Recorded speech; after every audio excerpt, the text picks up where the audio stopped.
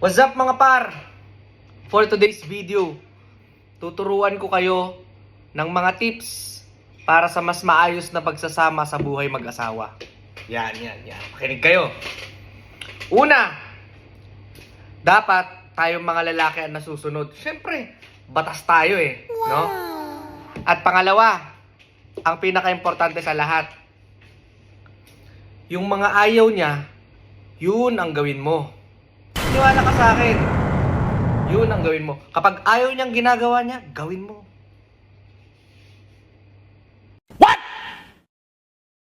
What the fuck? Pag ayaw niyang maghugas, edi ako muna maghuhugas. Kung ayaw niya magsaing, maglaba, edi ako muna. Na? Pasumpa-sumpa ka pa, tang naka.